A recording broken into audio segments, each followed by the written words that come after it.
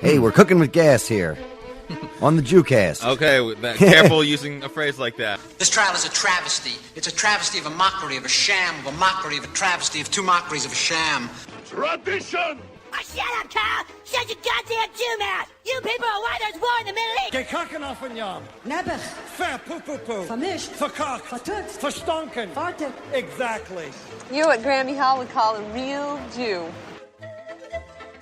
Oh, boy. Alrighty there. We're doing it again. Yes, we are. Welcome to another, hopefully, exciting episode of American Jew. I'm Jonathan Randall. I'm Jordon Ferber. I know it's the second week of January. There's nothing happening. I mean, it's always this is always a pretty slow week, I think, in general. Really, people still recuperating from the new year. Right? I mean, we're getting back to the rat race. You know, the first week nobody does shit. Now we have to actually do work. I don't like the rat race, and neither of us do much work. Right. Well, I'm just saying, it doesn't surprise me that we had a hard time figuring out what the fuck we're going to talk about today. Well, yeah, it's a lot of the same things, unfortunately. You know, anti-Semitism is, like, going around so much. It's right. just, like, it's crazy. Like, we want 1 week to look at the news and not see, like, so many stories of anti-Semitism. You can't even order a pizza without hitting an anti-Semite. Apparently in New Jersey, that's true, where a pizza delivery guy is suing the place he worked because he tried to take off for Rosh Hashanah. Well, it's a good thing he didn't work at a Chinese restaurant because they wouldn't have given him that off either. His manager made a bunch of horrible jokes in reference to ovens and burning and Hitler and the Holocaust, and the guy just thought he was kidding, but then it turned out he wasn't kidding. He never went back to work. Right. He was kind of afraid, and now him and his family are suing. And that's like a light case of anti-Semitism that's in the news today, you know? Yeah. There's still so much going on. You know, in Brooklyn, people are getting attacked. You know, all around the world, people are, suffering because of people hating on the Jews. The NYPD said they put extra forces out in Brooklyn to look for and combat anti-Semitism, but I haven't heard of any thwarted attempts for things. You know, I'm not seeing too much of that. We need the Hebrew Hammer to be over there helping people out. Yeah, there was this past weekend. There was a big anti-Semitism march. Yeah, a big rally march to stop anti-Semitism. And I just want to say about that. You know, we didn't go, but I know a lot of people that did go, and I was really. It was heartwarming to see all of the allies that the Jewish people have in New York and from elsewhere that are not Jewish. Like, there were a lot of other groups that were standing with us in solidarity. For sure. I heard there's marching. Also been an African-American group who is trying to help fight anti-Semitism or stand with us in solidarity, because they've, suffered so much racism, and now we're getting so much anti-Semitism. And there was a large contingent of people I saw that had posters and stuff that specifically said disagreement with Israel policies does not make you anti-Semitic. So they have a lot of things in common with what we talk about on this show. Huge theme of the podcast, where I'm so happy that is getting more attention. That sentiment, because it is so true.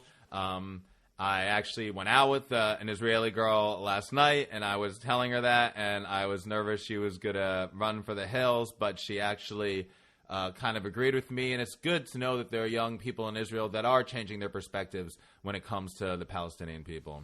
Yeah, for sure. And there are a couple of other bright spots. I read a thing about there's a group called Legion.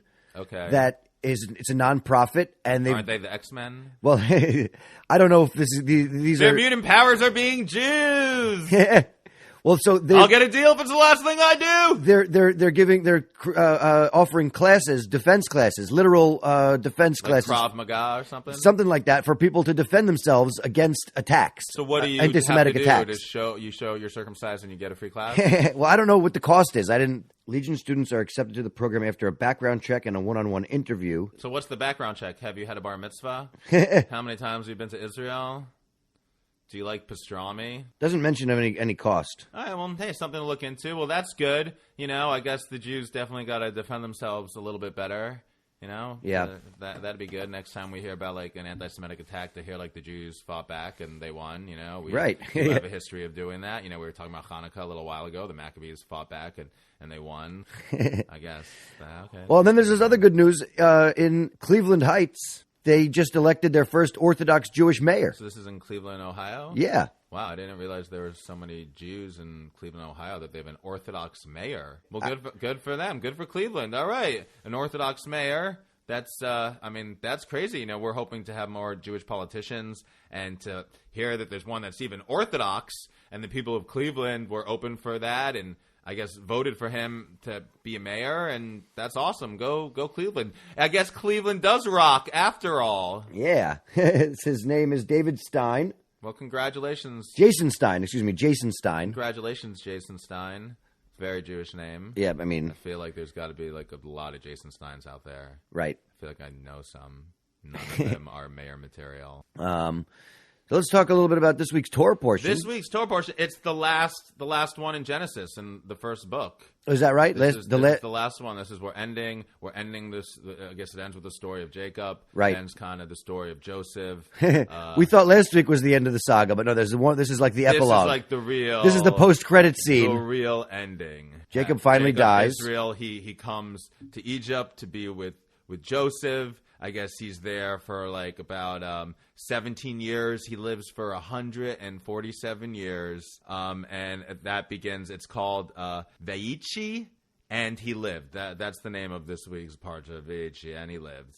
So the life of Jacob is good. He came to his days. He died in Egypt. He did not want to be buried in Egypt. He wanted to be buried in Israel, in the Holy Land, in the same plot of land that Abraham had bought many years ago, with Abraham and his wife, and Isaac and his wife, and now Jacob, Leah was also buried there. Right. So he wants to be buried there. He makes Joseph promise that he is going to bury him there, and Joseph says he will. He blesses Joseph's two sons, his grandsons, and he makes it like he elevates them to be like his own sons. Right. And that they will, have like status, they'll be the tribes of Israel, especially because two of the real ones, Reuben and Shimon, he's not going to let them be a part of it because of their involvement in selling Joseph, and because of when they, destroyed the whole city after Dinah was...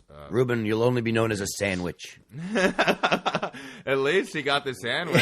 I guess that's true. What did Simone get? It's usually not kosher, though, right? It's usually meat and cheese on a Reuben. Isn't it?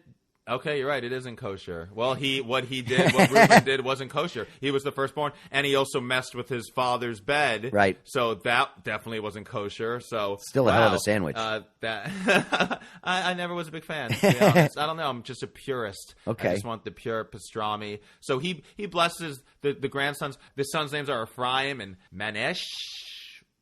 Yeah, so the names are sometimes hard to pronounce. Yeah, sometimes names are hard to pronounce. A lot of times we don't mention names in the podcast because we don't know the correct way to do it. But anyways, again, they're favoring the younger person. He says, the younger brother is going to be greater, and his seed shall be a multitude of nations. Again, I don't know.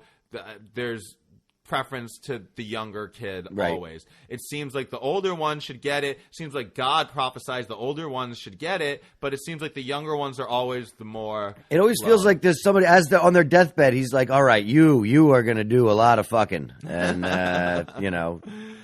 Yeah, Jacob gives Joseph extra land in the Holy Land, and then he's like, all right, now it's time for the rest of the boys, the rest of my sons to come, and I'm going to tell you what's up. Gather around, and I'm going to tell you about the end of days. But then he doesn't tell them about the end of days, and then he starts blessing his 12 sons, and he gives them the roles of the tribes of Israel, which they're going to do. So first of all, Reuben, no, sorry, Reuben's screwed, even though he's the firstborn.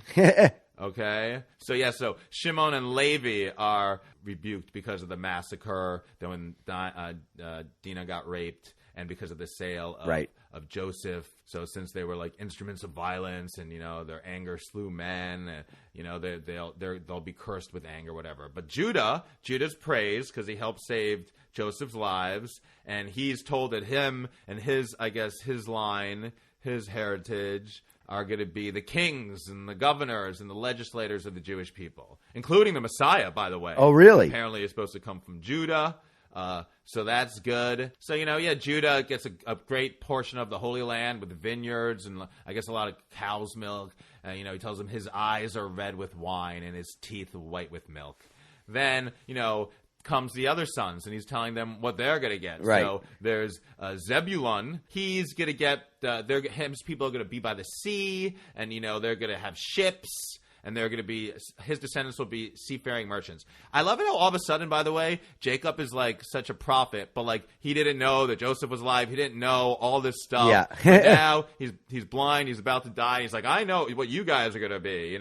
Ikhtar, you're going to be the one that are the Torah scholars. You're going to be the ones that are always learning and studying. And then there's Dan, by the way, like. Freaking Dan. They all got these crazy names. Yeah. Dan. That's where the great judges. Zebulun, Simeon, Gad, Asher, Reuben, Dan. Dan's just going to be the judges. And he's going to be like an historic life of the judge. They say Samson is going to be one of the judges that shall come from him. And then there's Gad. Right. Another 3-letter name. And he's going to have warriors. Asher was going to have a lot of olive oil. And then there's Naphtali, and he's going to be like a deer running free. He's going to deliver beauty to the world. The swiftness of a deer. That's nice. I wonder which tribe I came from. I'm hoping maybe Naphtali. Or Benjamin. Benjamin is given the ferociousness of a wolf. Well, yeah, Benjamin is given the ravenous of a wolf. The ravenousness. I guess it is kind of like the ferociousness too. He shall devour his prey, and at night he shall divide the spoil. And Joseph is granted the blessing of fertility, that he is going to have a lot of kids, be fruitful and multiply. You are going to be doing some fucking, boy. A lot of Jews are going to come from Joseph's lineage directly. They're going to keep coming. And then Jacob dies. And then Jacob dies at 100. I think we said. Yeah, Jacob dies in Egypt at the age of 147 years, I thought. Well, first Jacob dies. They do like he said. Right, they carry his remains. They take him to Egypt, and like Joseph goes, and all of Joseph's servants and the physicians of Egypt. It's like it's a big thing. A lot of the people in Egypt are upset about this. Joseph has become a high-ranking official. He's very respected in Egypt. He's brought a lot of prosperity to Egypt. He helped save Egypt from the famine. They love him. They're all mourning his father's death. It's very sad. They carry him to the land of Canaan, to Israel. They bury him in that cave, like we talked about, that Abraham bought so many years ago. After Jacob's passing, the rest of the boys kind of get a little afraid. Yeah. Because they're like, oh, we wonder if these last 17 years, Joseph didn't like have revenge on us for selling him into slavery because he didn't want to like piss off Dad. But now that Dad's dead, like, yeah, we're screwed. Yeah, which one is Fredo getting shot in the back of the head? Yeah, he thinks like they're gonna like sell them into slavery or something. So they send a word to Joseph, about to forgive him, and of course Joseph says, of course I forgive you. I'm on the place of God, and God meant it to be good, and he takes it like you guys didn't really do bad. This was all God's will and what he wanted, and you have nothing to worry about. And then he lived for 110 years. Right, it kind of fast forwards from there. And then he died. And he wants his remains to be buried with his father as well in the same in the Holy Land. Yes, but they don't. And they're like, yeah, that happens, but later we'll get to that. They save it. They're not in a quick rush to do it. Apparently, that doesn't happen until the Jews leave Egypt during the whole Exodus, right? After the plagues, which is a long time. So he dies. He hopes that that God will remember that to bring him to be buried with Abraham and Isaac and Jacob, and to carry his bones. And he wants the rest of the children of Israel to have hope and faith, because he knows that there's difficult years to come. They know that there's badness gonna come, and they put Joseph's body in like a coffin and just wait till they're taking him to the promised land. Yeah. We're going to get to it tomorrow. It's a very big procrastination with Joseph, who really went through a lot, Yeah, well, his family's clearly, obviously, like hoarders of some sort. When are you going to go through the stuff in the garage? Your father's in there. Don't worry, I'll get to it. Mom, I told you. When are you going to clean it up? We got to get rid of him. When are you going to get around to burying your father? But the stories of Joseph, they were a lot. I feel like Abraham and Isaac, like they were only like 1 or 2 books. This end of these went on for a couple of weeks. Torah portions. Yeah. Now Jacob's dead. These are like the father. What are the founding fathers, if anything, of Judaism? If there was like a Mount Rushmore of Judaism, it would these is who would be on it: Abraham, right. Isaac, Jacob and, Joseph. Right. Well, I don't know. Do you think there's a lot of good? I think there are some good lessons in there about how you I mean, hey, how to treat your family even when they wrong you.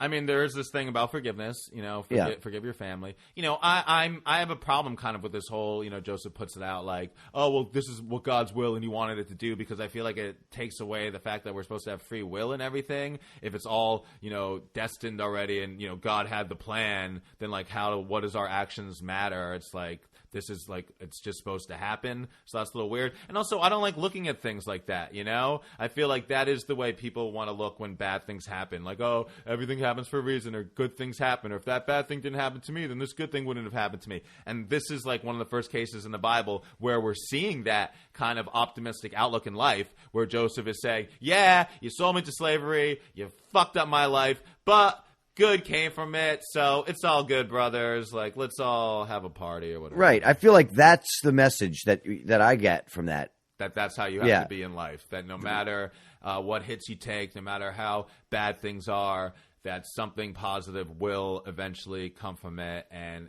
it'll be worth it. And at some point, it's also probably not going to be too easy to convince people that you're not trying to get revenge on them. Even up to his death, his brothers are still like, what do you think? You think he's still going to do something? Yeah, they're still scared. He's playing the long game here? And they're like, oh my gosh, it's even worse than him actually doing something, is us wondering if he is ever going to do anything. Yeah. Well, I don't know. I'm pretty sure we both have it coming to us at some point. Hopefully the good stuff. Yeah, exactly. Milk and honey. I've been in that experience where I've had some bad things happen to me, and I've then, been like, oh, well, if that bad thing didn't happen to me, then this other good thing wouldn't have happened to me. But, there's an endless cycle between good and bad. Right. There's an endless cycle of happiness and sadness in life. Well, hopefully all this recent anti-Semitism that's been coming out is pulling us together and pulling communities together, and that there will be some good that comes out of it in silver linings. Well, it is a little bit. It's raising some awareness, and that's good. And, hopefully we'll see a decline in it in this year, 2020. Yeah, and I hope also that we raise awareness about our podcast in 2020. Yes, come on, share it with a friend. Leave us a review. We're getting close to where we started with the Bible. We might stop talking about the Bible. We already discussed it. Email us what direction you'd like to see the American Jew Podcast going. AmericanJewPodcast@gmail.com. Follow me on Instagram. I'm at Jonathan Randall. You can follow me on Instagram at BeatNickNudnick. And we appreciate everybody who's listening. Thank you. We hope good things come from hearing our podcast, and we'll see you next week. Nobody sees us. All right. I feel heard, though.